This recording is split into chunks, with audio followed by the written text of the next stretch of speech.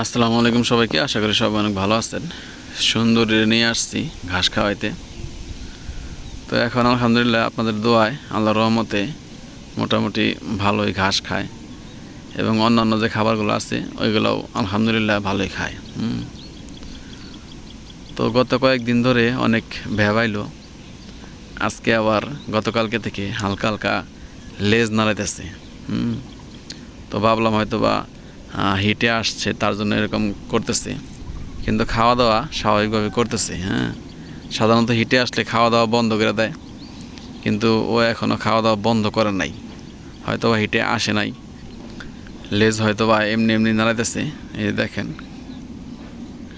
খাওয়া দাওয়া একদম ভরপুর করতেছে।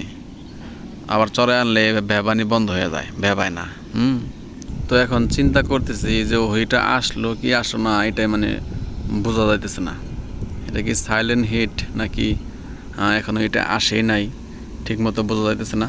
তো আপনারা যারা ছাগল পালন করেন, ছাগল পালনের অভিজ্ঞতা আছে, তারা কারো জানা থাকলে একটু কমেন্টে জানায়েন যে আসলে কি হিটে আসছে না আসে নাই।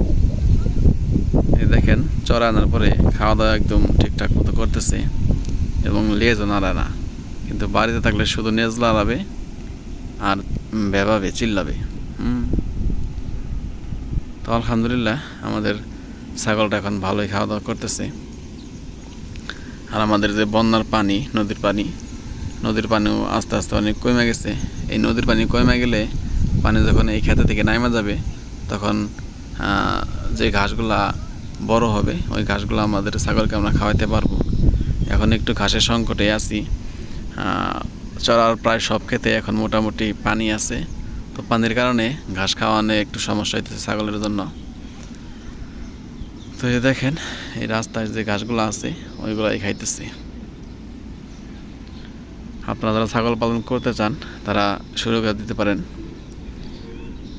আমি আলহামদুলিল্লাহ একটা ছাগল দিয়ে শুরু করছি, দেখা যাক কোন পর্যন্ত যাইতে পারি। সবাই দোয়া করেন আমার জন্য। তো সবাইকে অসংখ্য ধন্যবাদ যারা কষ্ট করে ভিডিওটা দেখলেন। সবাই ভালো থাকবেন। আসসালামু আলাইকুম ওয়া রাহমাতুল্লাহ।